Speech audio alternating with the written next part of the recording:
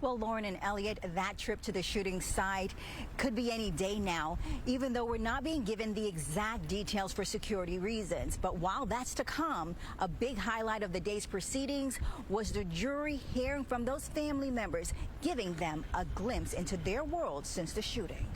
That Good Samaritan is calling himself everything but a hero. He says that title is designated for first responders and those who lay their lives on the line for this country, and that he was just in the right place at the right time, going down 95. So we decided to figure out exactly how hot it can get in the car and how quickly. Right now, our trusty thermostat says it's about 81 degrees in the back of the car. Let's check out what happens when we turn the AC off. Okay, so it's super hot in this car. I've been in here about 45 minutes, and as the sun goes down, the temperature still increased above 110 degrees. Now, experts say at 104, the body begins to overheat. This is why it's super important to double check that you don't leave anybody in your back seat.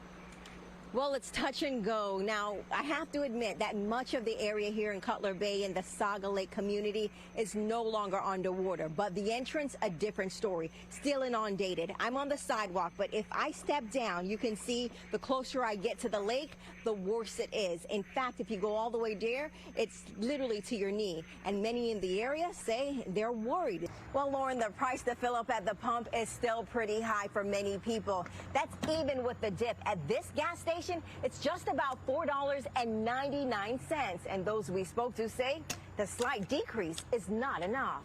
Well, Elliot and Lauren, emergency crews remain on scene right now for that Red Air Flight 203, trying to figure out what went wrong. Shocking cell phone video shows the moments Red Air Flight 203 crash landed on the runway at Miami International Airport. I thought I was going to die, actually. I had an old man next to me, and I was like hugging him. Horrible, it was horrible. Paloma Garcia was one of the 126 passengers on board the flight from Santo Domingo, Dominican Republic. We were bumping like side to side, and all the windows like break. One part of the window, like the window couldn't enter to the airplane, but everything fine, and the people started running and running and running, and I like jump and start running because it was fire and all of that.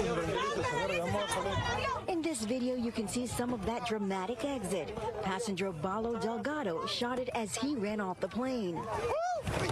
Panic. It was almost panic. It was a terrible experience, actually.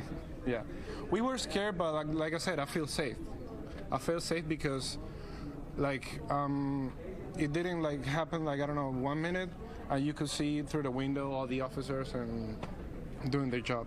But not all the passengers were as optimistic. The wheel of the left side, it blew away, and like we felt like the airplane.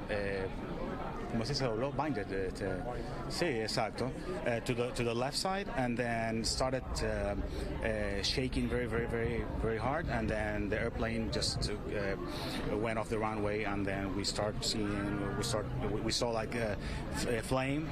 Officials say emergency crews were on scene within minutes of the plane going down. They quickly got the fire under control and began mitigating fuel spillage. All the passengers were deplaned on the tarmac and boarded buses that took them to the main terminal, where they were reunited with family and friends. I'm so happy she's born again, you know.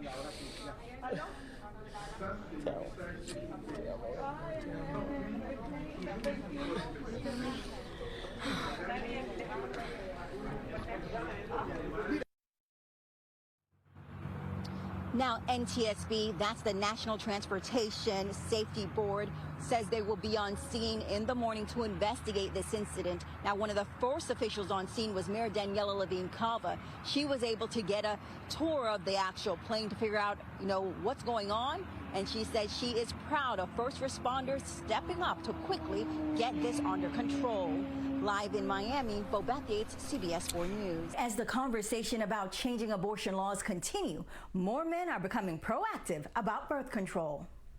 So this is the room where we perform the vasectomy. Dr. Lawrence Ure from Advanced Urology of South Florida says an unexpected reaction to the Supreme Court's decision to overturn Roe versus Wade has been a rise in vasectomies. We've seen probably a 20 to 30% increase in people calling and inquiring. Ure says of the common birth control methods, a vasectomy is among the most reliable, which is helping drive the spiking interest. With changes in laws, I think some people are nervous, especially those who are in red states, such as ours, that you don't know what's going to happen and you don't want to have a pregnancy, an unplanned pregnancy. And the spike isn't just here in South Florida.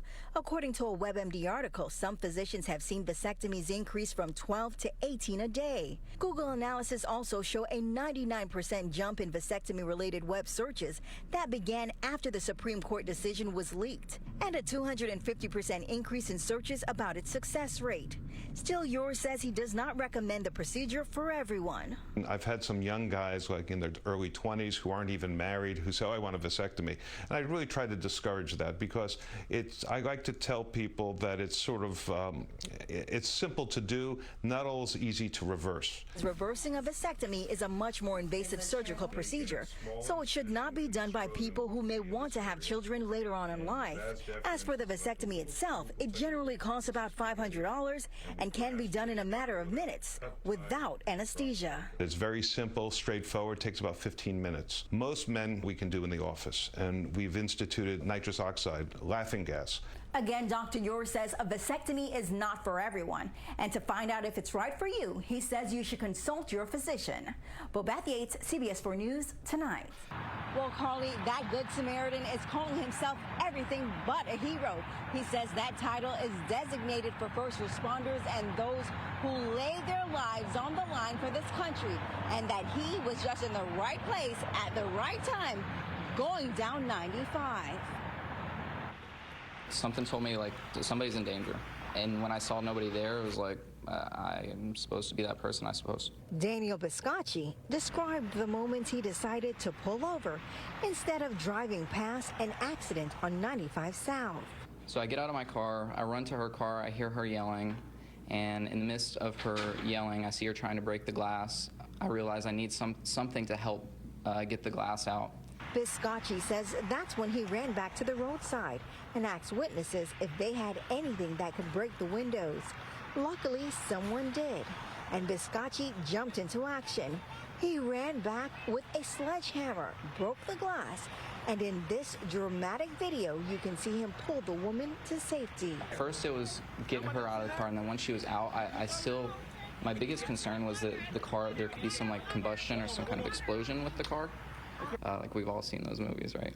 So I just asked the universe for it not to explode until like we got her out and got her farther enough. So like that was really the only thing. And when asked how he feels that his quick thinking saved a life, he responded, It is a little wild to me that it all happened. I don't think that like I've totally internalized or like identified with it. Like especially when people say certain names or things like that you would generally attribute to like, you know, doctors or firefighters or EMTs and things like that. Like I don't, like those are the heroes that like every day. And I'm more so somebody that happened to be at the right place at the right time and was willing.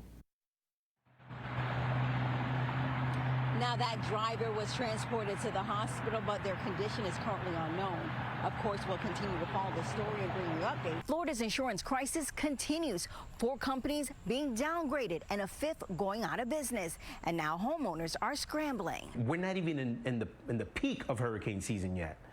You know, to know that you're about to be dumped. Homeowner Ernesto Cortez is talking about his insurance carrier not only dropping him, but going out of business. The move comes after multiple insurance companies in the state were downgraded. His carrier, Weston, is among them, and now they've become insolvent. After the downgrade of the insurance companies, they didn't do the 17, they did 4, but out of the 4, one of them was mine. So now I got to get insurance again, twice in less than 4 months. Demotech, the company that rates insurance carriers, issued rating changes from A for unsurpassed to S for substantial or M moderate. The move resulted in homeowners losing their coverage as those companies no longer meet the minimum requirement most mortgage companies have in place. If they don't carry an A rating or better, the mortgage company will not allow that insurance carrier to insure the home if it has a mortgage on it. Stephen Brooks with Cornerstone Insurance says the problem has not only created a limited amount of carriers for people to choose from, but also unsustainable price hikes. You know, you're going to see many people that might have to leave their homes as a result of the fact that these insurance premiums or their inability to get insurance to begin with comes to fruition. An issue that has left many homeowners like Cortez on edge. What do I do now? You know, I call people, they tell me that my policy is going to go up another $2,000. So it went from $2,000 to $5,000. Now it's going to go up to $7,000. I'm like, what? Well, Cortez says his mortgage company is giving him 30 to 45 days to find new insurance. And if he doesn't do it in the time frame, they will be adding insurance, likely at a higher rate. Bobeth Yates, CBS 4 News, tonight. That's right.